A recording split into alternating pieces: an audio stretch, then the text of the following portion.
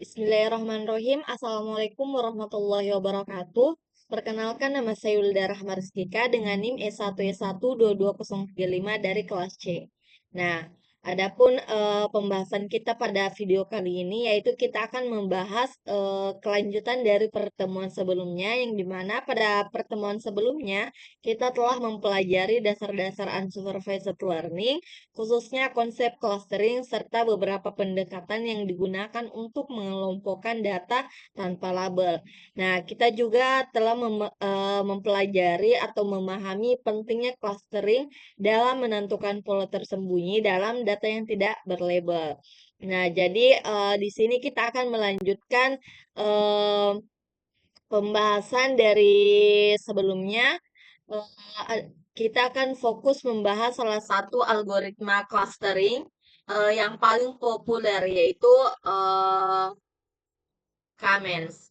Nah, jadi algoritma Kamens ini digunakan untuk membagi data ke dalam sejumlah kelompok berdasarkan kemiripan antara data dan pendekatan yang sederhana namun cukup efektif. Nah, jadi setelah kita memahami konsep dasar algoritma Kamens, kita akan melihat bagaimana prosesnya dijalankan secara bertahap. Nah, kemudian Kamens ini dimulai dengan menginisialisasikan centroid secara acak, kemudian setiap instance-nya itu dalam dataset akan diberikan label. Nah, berdasarkan centroid-nya, centroid terdekatnya, kemudian centroid ini itu diperbarui berdasarkan rata-rata dari instance yang telah dikelompokkan ke dalam masing-masing cluster. Nah, jadi prosesnya ini itu terus diulang sampai posisi sentroidnya itu tidak lagi berubah secara signifikan. Nah, jadi pada implementasi algoritma Kamens ini biasanya hanya memerlukan beberapa iterasi untuk mencapai hasil clustering yang optimal dalam contoh visual yang akan dibuat optimal. Nah, jadi dalam jadi contoh visualisasi yang akan dibuat, kita akan menggunakan 3 iterasi untuk memperlihatkan bagaimana centroid label pada data berubah dari waktu ke waktu hingga mendekati hasil akhir yang stabil. Nah, contohnya contohnya itu seperti ini. Nah, jadi di sini kita langsung saja masuk pada pengimplement pengimplement. Nah, jadi di sini langsung saja kita masuk pada pengimplementasiannya. Nah, jadi di sini bisa kita lihat codingan sebelumnya. Nah, kemudian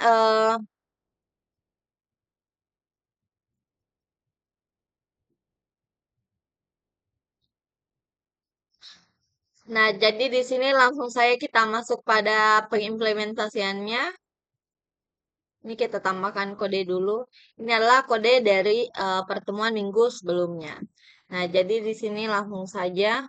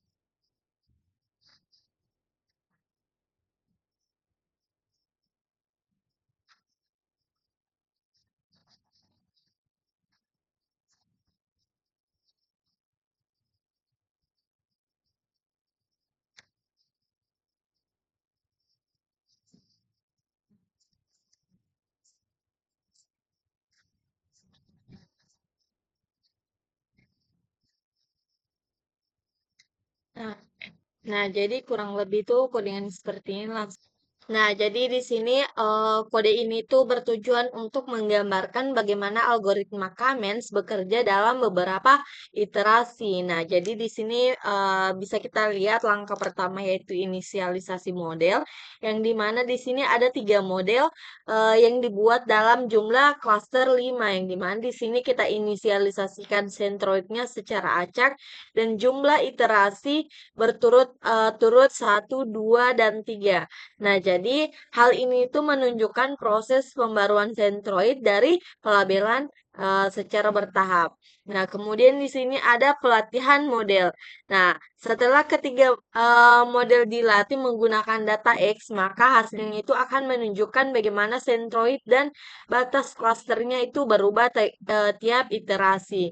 Nah, kemudian di sini kita buat visualisasi prosesnya, yang dimana di sini ada 6, bisa kita lihat ada 6 proses visualisasi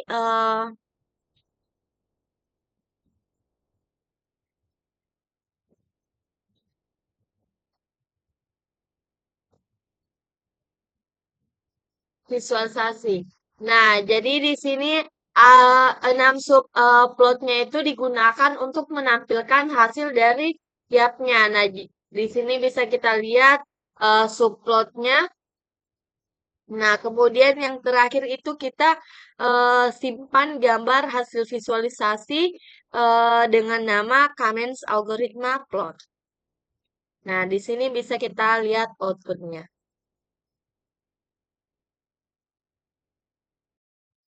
Nah, kemudian di sini bisa kita lihat pada gambarkan. Nah, jadi gambar ini tuh menunjukkan ada 3 iterasi dalam algoritma KMET. Nah, jadi di sini terdapat bentuk subplot 6 grafik total. Nah, di sini bisa kita lihat pertama itu ada iterasi pertama, iterasi kedua, dan iterasi ketiga. Nah, jadi di sini bisa kita lihat dalam struktur gambarnya. Ini merupakan kolom kiri yang menunjukkan proses pembaruan posisi sentroid.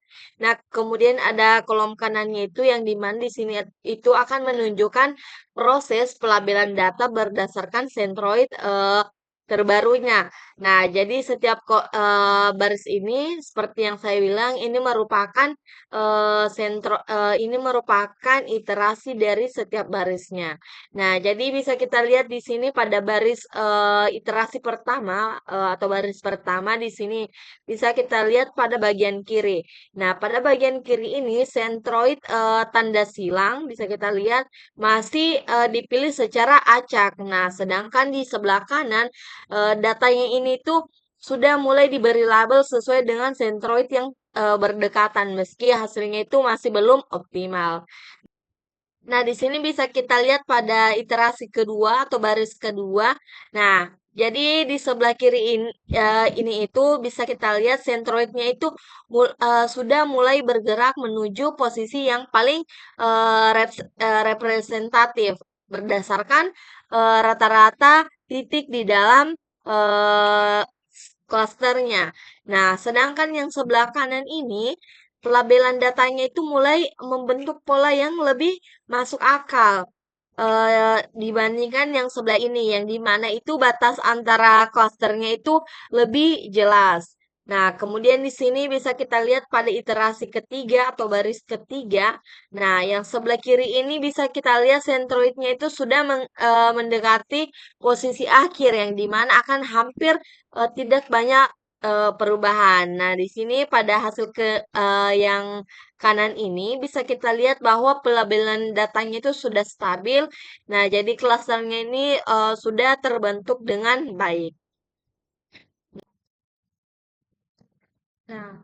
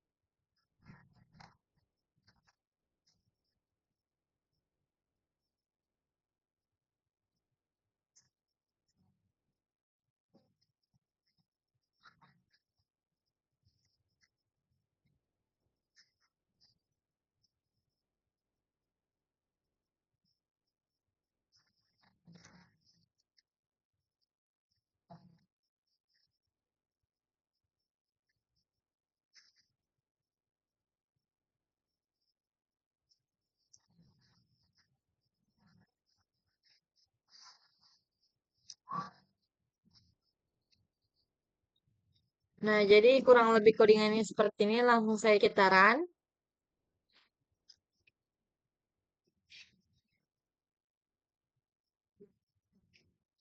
Nah, jadi di sini bisa kita lihat output yang dikeluarkan ada solusi satu dan solusi duanya.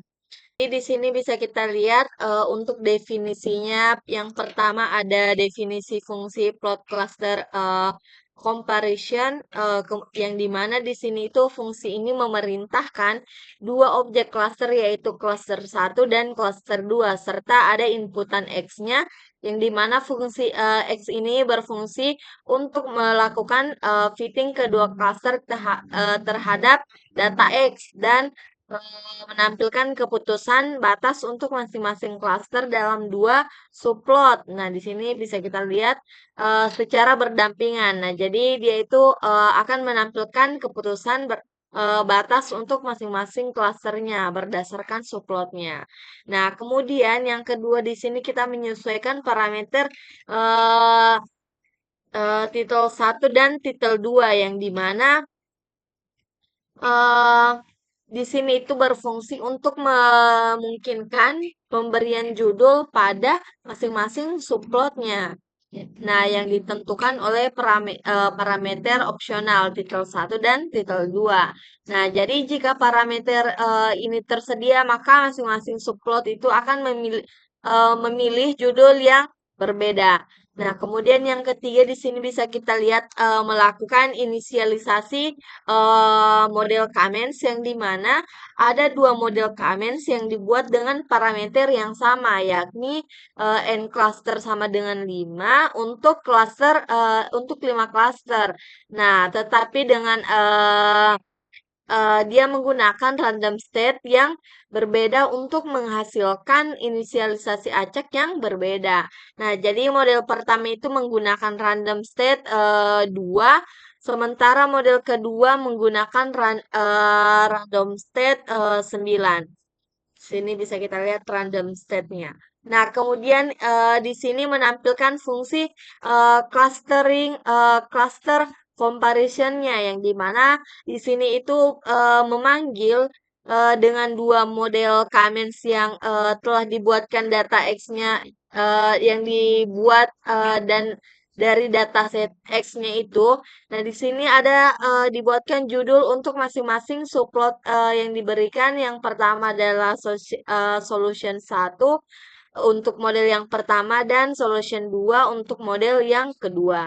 Nah, kemudian di sini menyimpan dan menampilkan grafik. Nah, jadi setelah grafiknya dihasilkan, maka fungsi savefig ini digunakan untuk menyimpan gambar dengan nama comment variability plot. Nah, kemudian menampilkan grafiknya. Nah, jadi di sini bisa kita lihat dari eh, output yang diluarkan. Output yang dikeluarkan.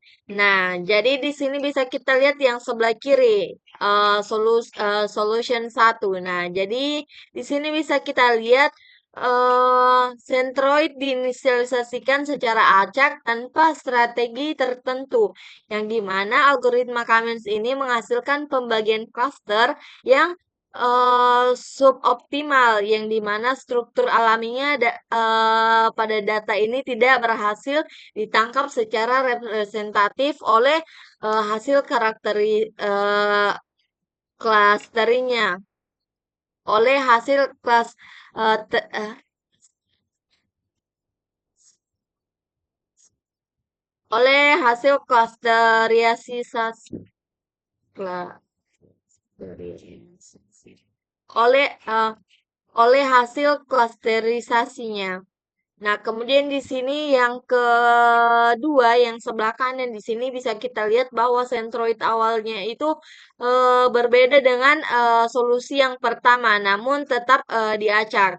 Nah, kemudian di sini ada hasil yang klasternya yang berubah, namun tetap mencerminkan struktur data yang optimal. Nah, kemudian menunjukkan bahwa hasil akhirnya itu sangat tergantung pada posisi awal dari sentroidnya.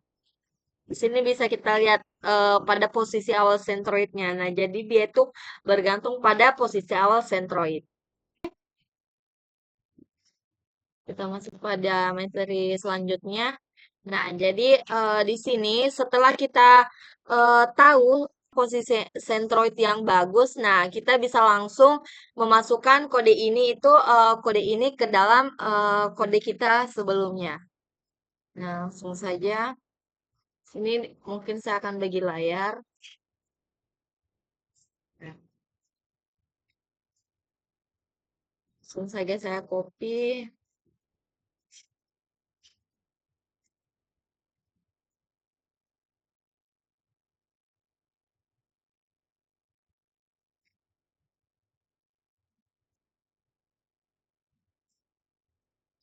Langsung saya di sini kita run. Nah, jadi dengan begitu algoritma ini akan dijalankan sekali tanpa inisialisasi acak. Nah, jadi di sini selanjutnya kita akan melihat seberapa baik model Cummins kita.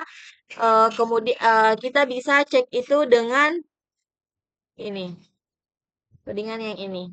Cummins langsung saya di jadi sebelum kita cek, kita tambahkan dulu codingan untuk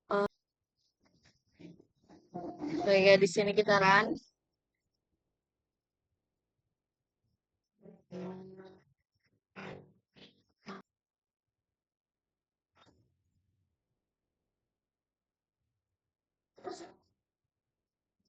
Setelah kita tambahkan codingan ini, langsung saya di sini kita run.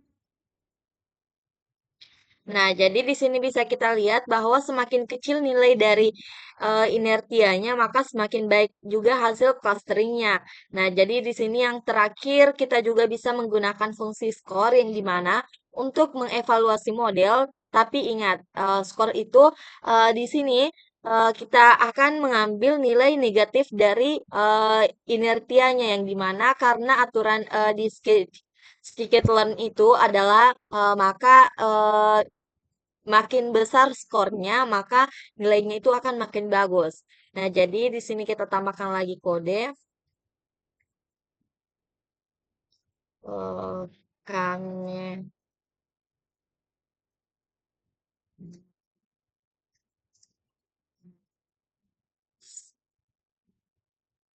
skor kita jalankan. Jadi accelerate comments ini otomatis digunakan oleh scikit-learn yang dimana versinya itu ini tuh lebih efisien karena menghindari perhitungan jarak yang tidak diperlukan. Sedangkan mini batch comments ini cocok untuk dataset yang besar karena prosesnya itu lebih cepat dengan mini batch.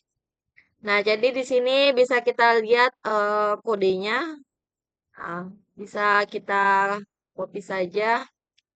Kemudian di sini kita tambahkan daran. Nah, di sini bisa kita lihat. Jadi ini tuh lebih cepat tanpa hasilnya tetap mirip dengan comments yang biasa. Nah, jadi di sini untuk melihat perbedaan antara Cummins biasa dan mini batch Cummins, nah kita bisa membuat plot grafik seperti berikut ini, yang dimana di sini bisa kita lihat yang sebelah kiri ini, dia merupakan terlihat bahwa mini batch Cummins-nya itu punya inertia sedikit lebih tinggi, sedangkan yang sebelah kanan ini dia itu waktunya jauh lebih cepat, terutama saat jumlah klasternya itu bertambah. Nah, jadi untuk kode dari visuali Nah, jadi langsung saja di sini kita masuk pada contoh kode dan visualisasinya.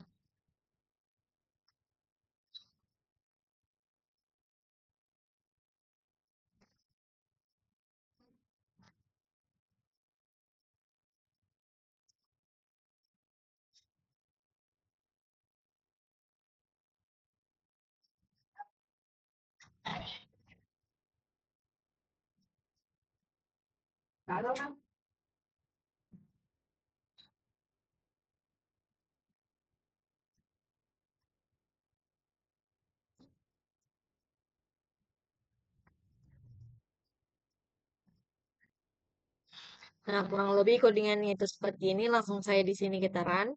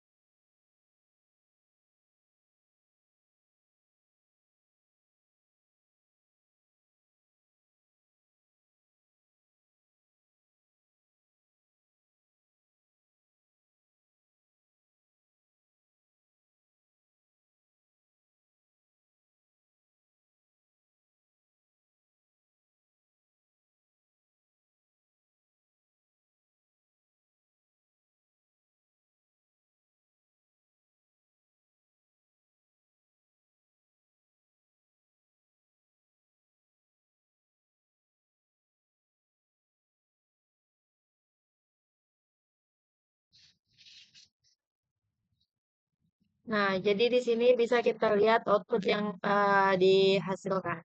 Nah, jadi di sini untuk codingannya bisa kita lihat. Nah, di sini itu yang pertama kita menginisialisasikan array kosong untuk menyimpan waktu atau times dan iterasi inertia untuk kedua algoritma.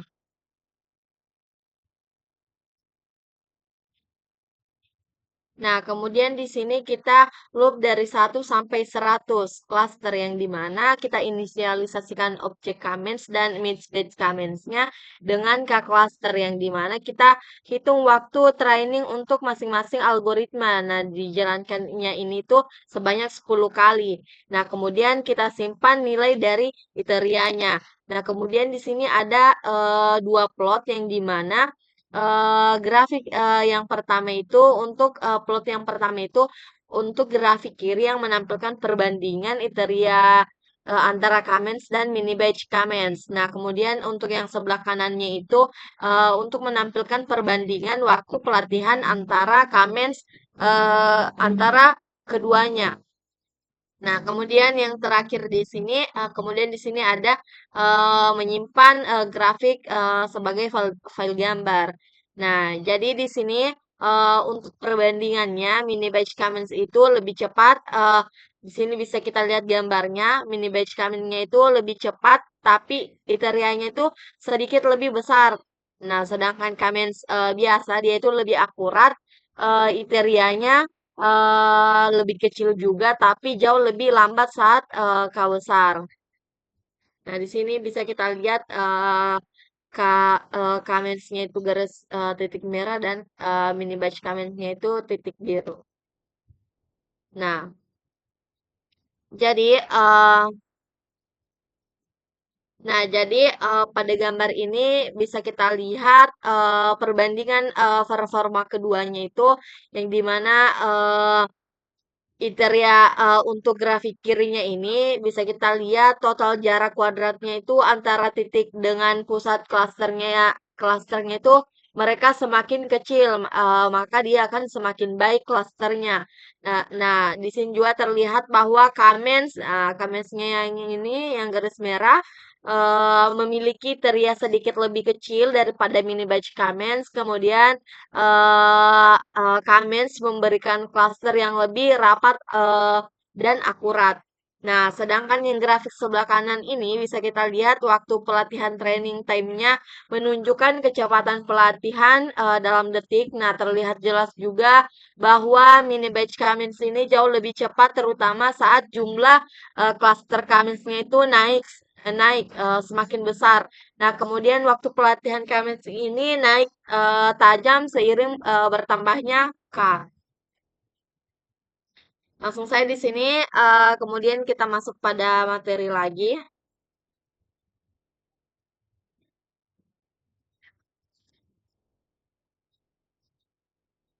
Nah, jadi jumlah klaster K-nya itu yang tepat sangat penting untuk hasil klaster yang baik. Nah, jadi jika terlalu kecil klaster yang seharusnya terpisah, nah akan digabungkan. Nah, jadi sedangkan jika K-nya itu terlalu besar, maka data yang seharusnya satu kelompok akan terpecah. Nah, untuk menentukan K-nya dengan optimal, kita bisa menggunakan metode seperti elbow dan Silhotel score. Nah, untuk implementasinya, langsung saja kita kembali ke kodenya. Di sini kita tambahkan kode.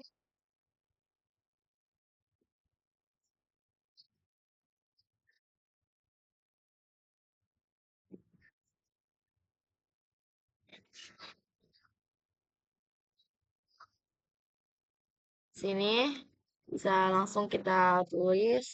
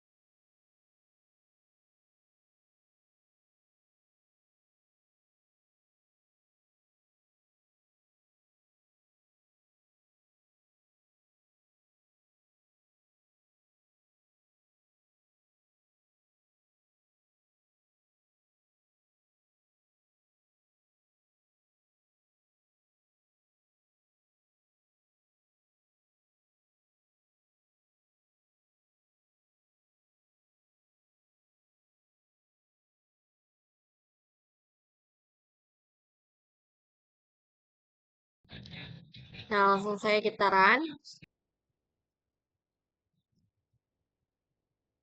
Nah, di sini bisa kita lihat outputnya.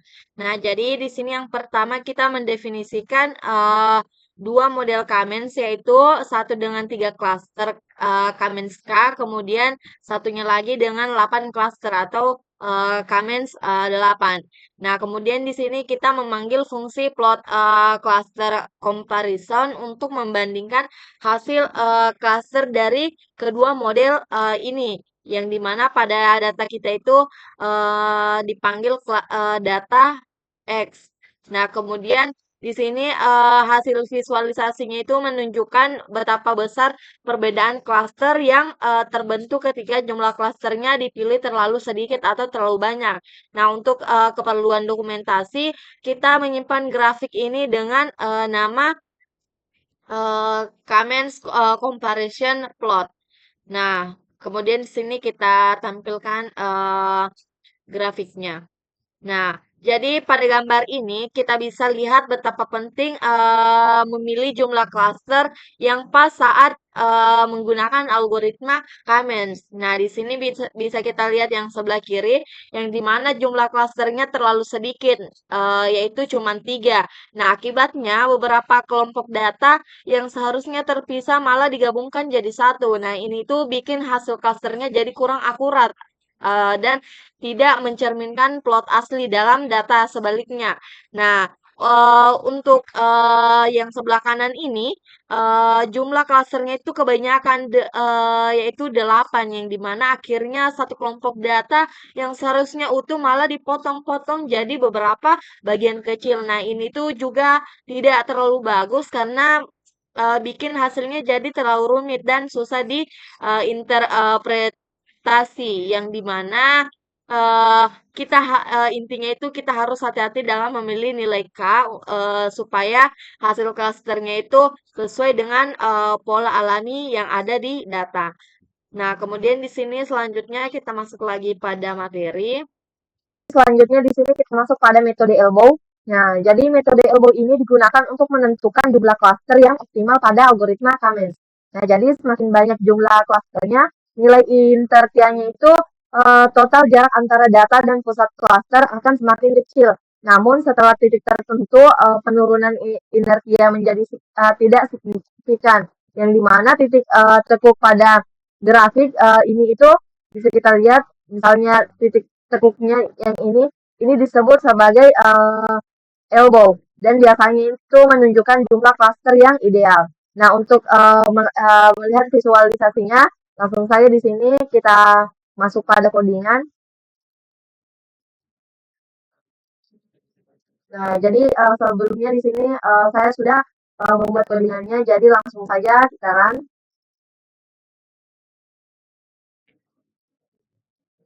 Nah, jadi di sini bisa kita lihat prosesnya berjalan.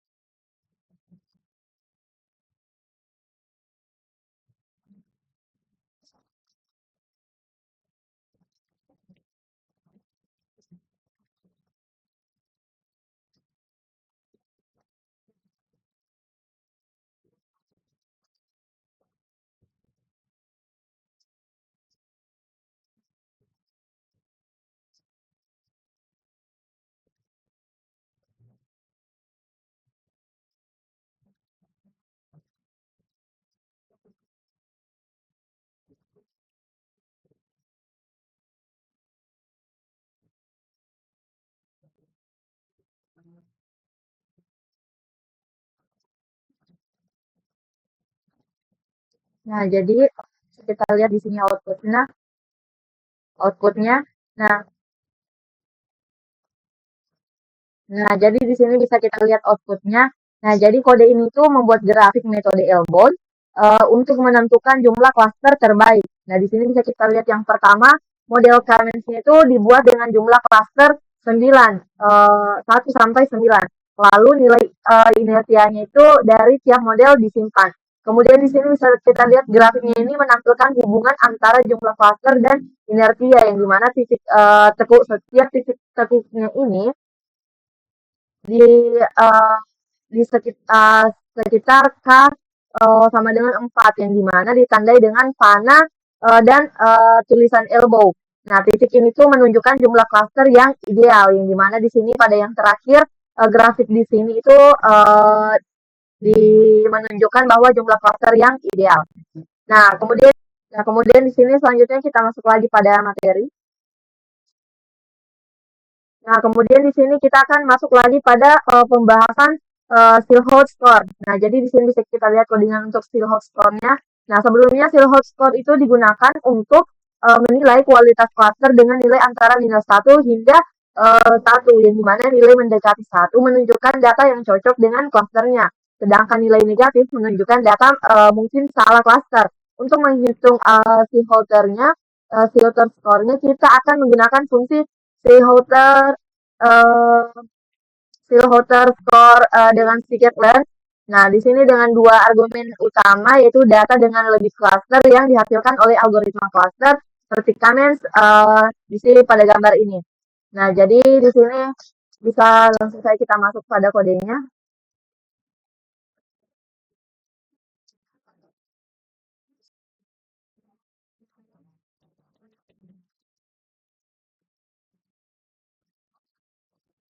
Nah, jadi di sini saya juga sudah membuat codingannya terlebih dahulu. Nah, jadi langsung saja di sini saya run karena saya sudah membuat codingannya.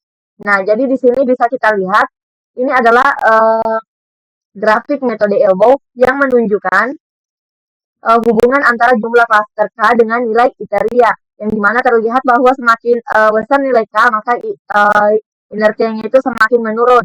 Namun penurunannya itu mulai melambat setelah titik tertentu. Nah, jadi di sini titik tekuk atau elbownya yang ditunjukkan dengan panah K sama dengan 4 di sini. Bisa kita lihat ini K-nya itu sama dengan 4, yang dimana ini menandakan jumlah klaster optimal, yaitu saat penurunan inersianya itu tidak lagi signifikan meskipun saat terus bertambah. Nah, selanjutnya di sini kita masuk lagi untuk codingan score-nya. Saya juga sudah membuatnya, jadi langsung saja di sini pertama kita panggil fungsi dari si silhouette score-nya. Nah, kemudian di sini kita langsung saja kita run. Nah, jadi di sini bisa kita lihat pada gambar ini menunjukkan grafik yang digunakan untuk menentukan jumlah klaster optimal K dengan menggunakan metrik Silhouette Score. Nah, pada grafik ini juga bisa kita lihat bahwa sumbu horizontal menunjukkan jumlah klaster K dengan 2 sampai 8. Sementara sumbu vertikalnya itu menunjukkan nilai Silhouette Score-nya yang mengukur kualitas pemisahan antara klaster. Nah, jadi kalau titik-titiknya ini itu uh, menunjukkan nilai Silhouette Score-nya untuk masing-masing K. Nah, jadi kalau titik tertinggi ini terlihat pada nilai 4 yaitu K-nya sama dengan 4. Jadi 4 ini merupakan titik tertinggi pada si Hotter's score-nya. Nah, jadi di sini menunjukkan bahwa pemilihan K sama dengan 4 itu memberikan hasil cluster yang paling baik dibandingkan nilai K lainnya. Meskipun nilai K sama dengan 5 juga di sini bisa kita lihat memiliki skor yang cukup tinggi, namun tetap lebih rendah dari K sama dengan 4, yang dimana 4 ini menunjukkan nilai yang sangat tinggi. Nah, kemudian di sini kita lihat skor berikutnya menurun berdasarkan visualisasi yang ada ini. Nah, jadi dapat kita simpulkan bahwa jumlah klaster yang optimal untuk data tersebut, data yang kita gunakan ini adalah 4 karena menghasilkan pemisahan klaster yang paling jelas dan efektif menurut metrik Seahotter score-nya. Jadi, meskipun Kaminsky itu memiliki keunggulan seperti kecepatan dan skalabilitas, nah, jadi meskipun Cummins memiliki keunggulan seperti kecepatan dan skalabilitas, algoritma ini tuh tidak sempurna, yang dimana salah satu kekurangannya adalah perlu dijalankan beberapa kali untuk menghindari solusi yang kurang optimal, serta penggunaan harus menentukan jumlah cluster secara manual ya, yang bisa merepotkan. Nah, selain itu Cummins juga tidak bekerja dengan baik jika clusternya itu memiliki ukuran kepadatan atau bentuk yang berbeda-beda. Nah, algoritma ini juga tidak cocok untuk cluster yang berbentuk tidak bulat. Nah, kemudian di sini saya akan menambahkan kodingan untuk memperlihatkan kegagalan algoritma Cummins. Nah, langsung saya di sini. Sebelumnya saya sudah buat, jadi langsung saya kita run.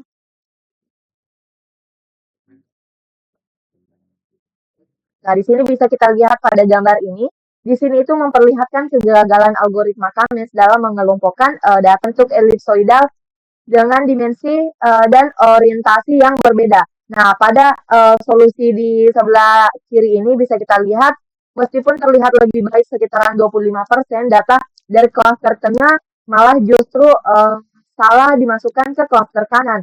Sementara itu, solusi di kanan memiliki nilai inersia yang lebih rendah. Tetapi hasil clusternya jauh lebih buruk karena memisahkan cluster dengan cara yang tidak sesuai dengan struktur data sebenarnya. Nah, hal ini tuh menunjukkan bahwa Cummins itu kurang cocok untuk data yang tidak berbentuk bulat atau memiliki distribusi yang kompleks.